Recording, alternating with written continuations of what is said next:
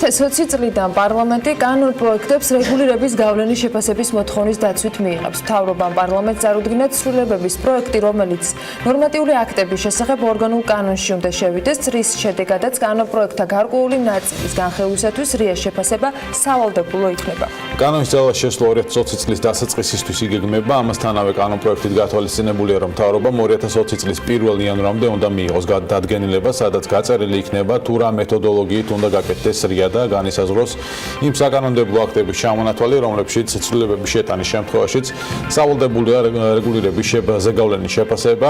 სტუმრები შემოგვერთნენ სტუდიაში ნათია მიქელაძე, მთავრობის ადმინისტრაციის უფროსის მოადგილე და ნიკა ნანუაშვილი, საქართველოს ბიზნეს ასოციაციის იურიდიული ანალიტიკოსი. დილამშვიდობის, მადლობა რომ ხარჯები გადაცემის სტუმრად. დღეს უკვე სასესიო მოსმენა იქნება ამ კანონ პროექტით, რომელიც თქვენ წარმოადგენთ. მოდი ჩვენი მაყურებლისათვის ჩვენ ბევრჯერ გვისაუბრია ამ პროცესში, რას ეხება ეს კანონ პროექტი, მაგრამ კიდევ ერთხელ ძალიან მოკლედ განვარტოთ, რა აუცილებლობა დგას, რას მოიცავს და რას გულისხმობს, ვისთვის და რისთვის არის ის სავალდებულო და რა გამონაკლისებს უშვებს. კი ბატონო, მოგესალმებით.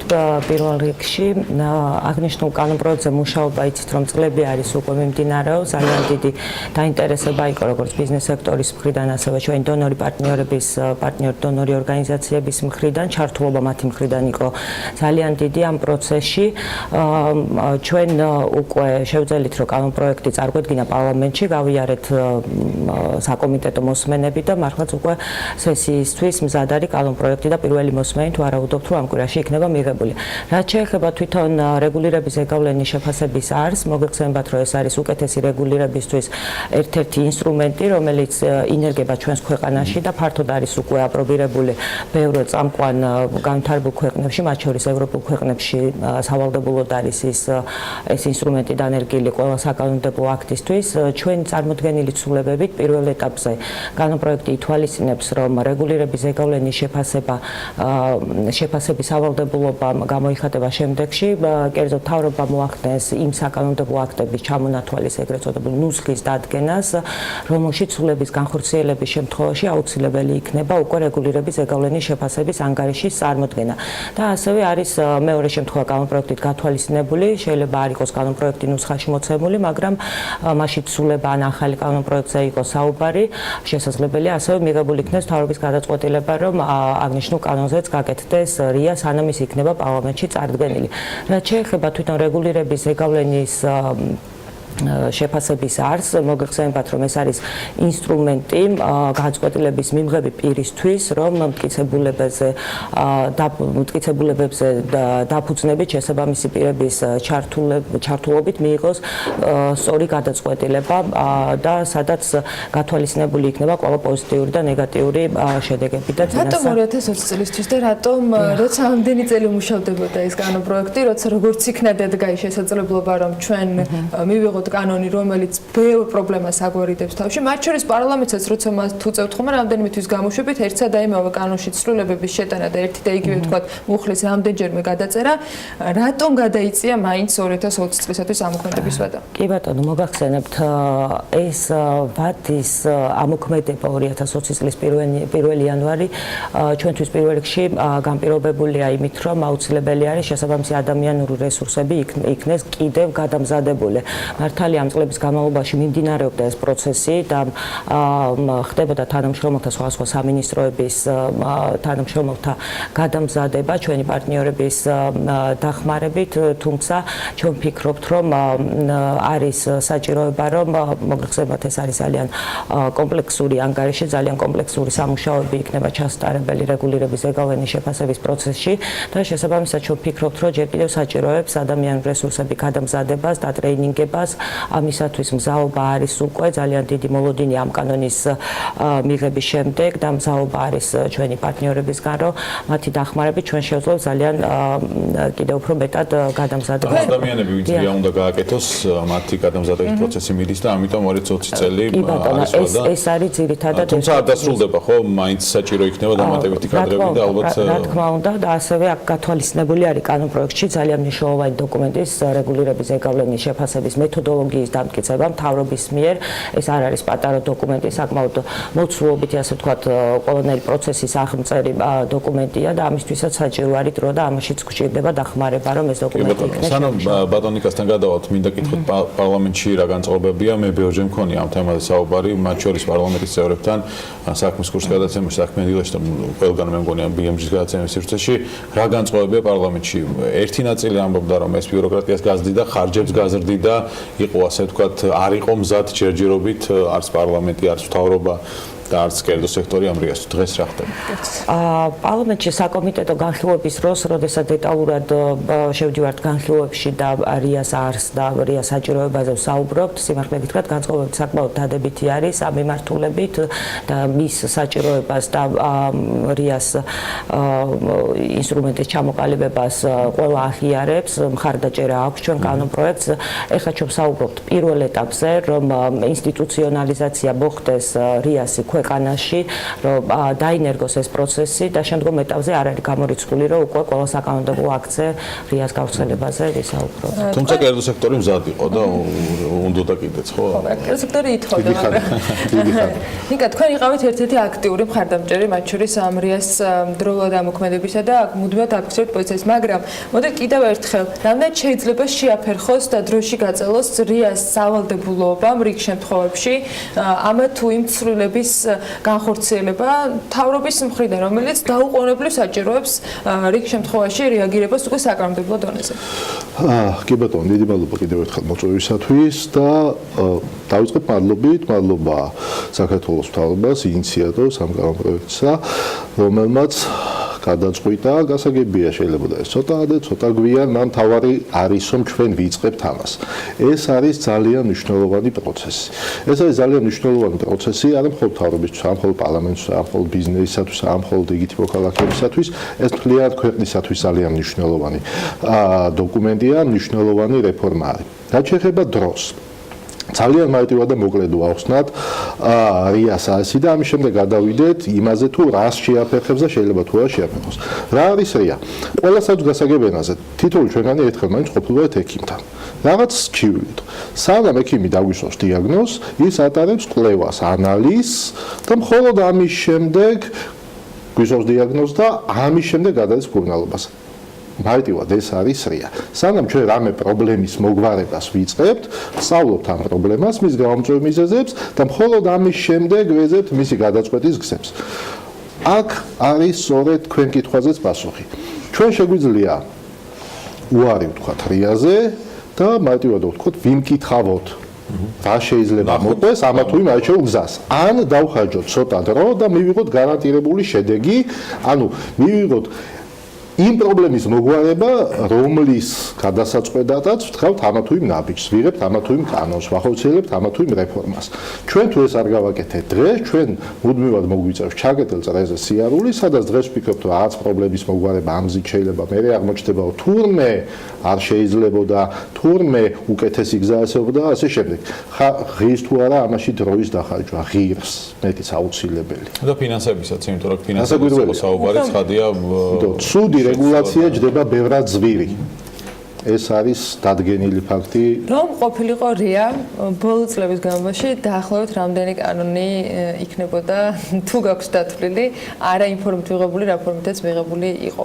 არა მაქვს დათვლილი, მაგრამ დაბეჯითებით გეტყვით, რომ გვექნებოდა ბევრად უკეთესი რეგულაციები და ბევრად უკეთესი შედეგები. ბევრად მეტი მოგვარებული პრობლემა გვექნებოდა, რომელთა მოსაგვარებლადაც ვიღებდით ამა თუ იმ კანონს. თუმცა ის კანონპროექტი, რომელიც პარლამენტმა ამ საგაზაფხულო სესიაზე უნდა დაამტკიცოს, ახლა იწყება უკვე სასესიო მოსმენები, რამდენად უზრუნველყოფს ყველა გამოწვევაზე პასუხს, ანუ ყველა და არის თუ არა საჭირო იმ გამონაკლისების არსებობა და ჩატოვება პროექტში, რომელიც პარლამენტმა უნდა განიხილოს. ჩვენ ვისურვებდით, თხოვთ, მოუწოდებთ პარლამენტს, რომ რია ძალიან მნიშვნელოვან კანონპროექტებზე სავალდებულო იყოს მათ შორის პარლამენტის მიერ, პარლამენტის დეპუტატების მიერ ინიცირებულ კანონპროექტებზეც. მოდით შევხედოთ ამას წმინდა ბიზნესის გადასახედიდან. ხო, ბიზნესთვის არ აქვს მნიშვნელობა, ვისი ინიცირებულია კანონპროექტი, მთავრობის თუ პარლამენტის. ორივე კანონად ქცევის შემთხვევაში სავალდებულოა ბიზნესისთვის, ხო? ანუ ბიზნესს საინტერესებს შედეგი, კარგი რეგულაცია, ეფექტური კანონი. ამიტომ არის მნიშვნელოვანი, რომ არა მხოლოდ მთავრობის მიერ ინიციირებულ კანონპროექტებზე იყოს რია სავალდებულო იყოს პარლამენტის მიერ ინიციირებულ კანონპროექტებზეც. ეს უკეთესია თავად პარლამენტისთვის, რა თქმა უნდა.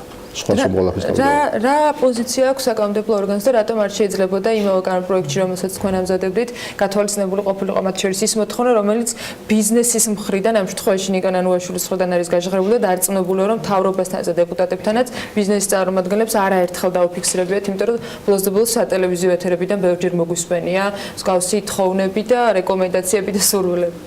კი ბატონო, მოგახსენებთ, მეც მისაუბრია დეპუტატებთან ამ საკითხზე.